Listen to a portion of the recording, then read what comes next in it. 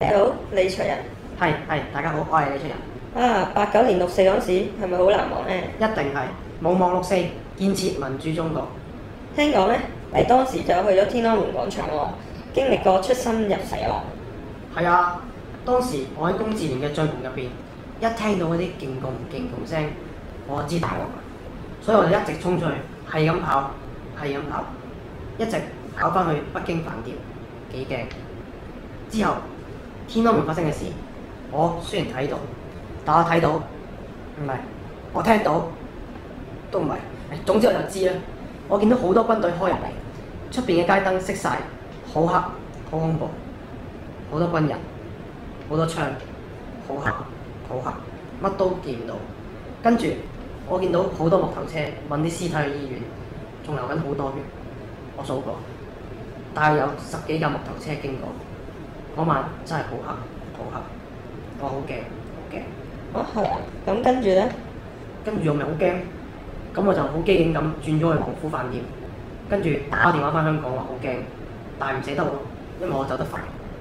跟住我打電話俾老闆個 friend，英國大使館，話我係大英帝國嘅高等華人，要求送我哋翻香港。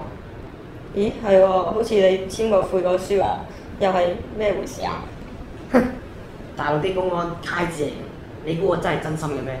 我嚟甩身嘅咋，簽個名又唔使死，又可以安全翻香港嚟做英雄，何樂而不為呢？唔怪之得你可以喺度玩咗成20幾年啦，仲做埋呢個支聯會係支聯會嘅主席，哇，真係好威啊！係啦，我聽講過咧，阿岑建勳話當時咧香港咧就籌到呢個過千萬嘅善款喎，咁點解睇翻你喺公安拎翻嚟嗰張收條咧，只係得百幾萬，加埋美金外匯都係200幾萬喎，咁嗰啲錢又去咗邊啊？大哥，帳篷唔使錢，可樂唔使錢咩？行政都要收叉，命搏㗎。哇，700幾萬喎！唉，年6·4籌完款都唔夠錢用㗎啦，錢點會話夠用㗎？好啦，咁我問第題，係啦，聽講你嘅親戚屋企朋友喺職工盟入邊都好有緣喎。何解呢？嗰個鄧燕華。我老婆？係啦，佢做過呢個職工盟嘅總幹事，勁啊！仲有你個姨仔鄧燕妮。幾好啊，好聽我話，叫佢哋做乜就做乜。係啊，佢做埋呢個職工盟培訓中心嘅 CEO，哇，行政總裁喎，勁啊！咁佢做嘢靠得住啊嘛。係啦，呢個職工盟入邊真係俾你哋呢個李氏王朝揸晒莊啦！喂，鬼叫劉千石轉軚啊！攞乜嗰回鄉證學人做孝子啫？你睇我，連咁富貴嘅職工盟都俾我搞掂，佢淨係識搞埋啲冇錢嘅粵劇。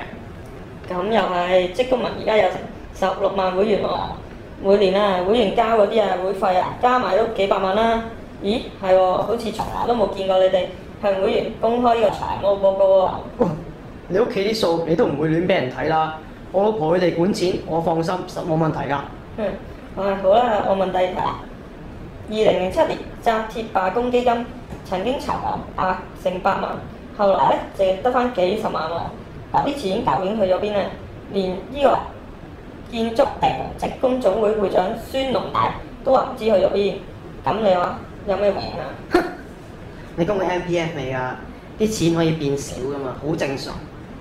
你估唔使揾人睇住啲錢啊？打金都有火號啦。問下一樣嘢啦。聽講呢，舊年喺呢個天水圍個辦事處呢，你就話有魚排。咁舊年嗰陣時係講緊呢個區議會選舉啦。咁呢，你就要向呢個街坊要求登記資料。咁個資料最後你收晒啦。但係有次啲街坊話魚毛都唔見有一條。仲好講啲細嘅做嘢就係爭咗幾條魚毛，搞到我輸咗俾個工聯會靚妹。好啦，問你最後一題問題。支聯會呢個位，你估你會唔會做到死嗰陣時先至俾第二個呢？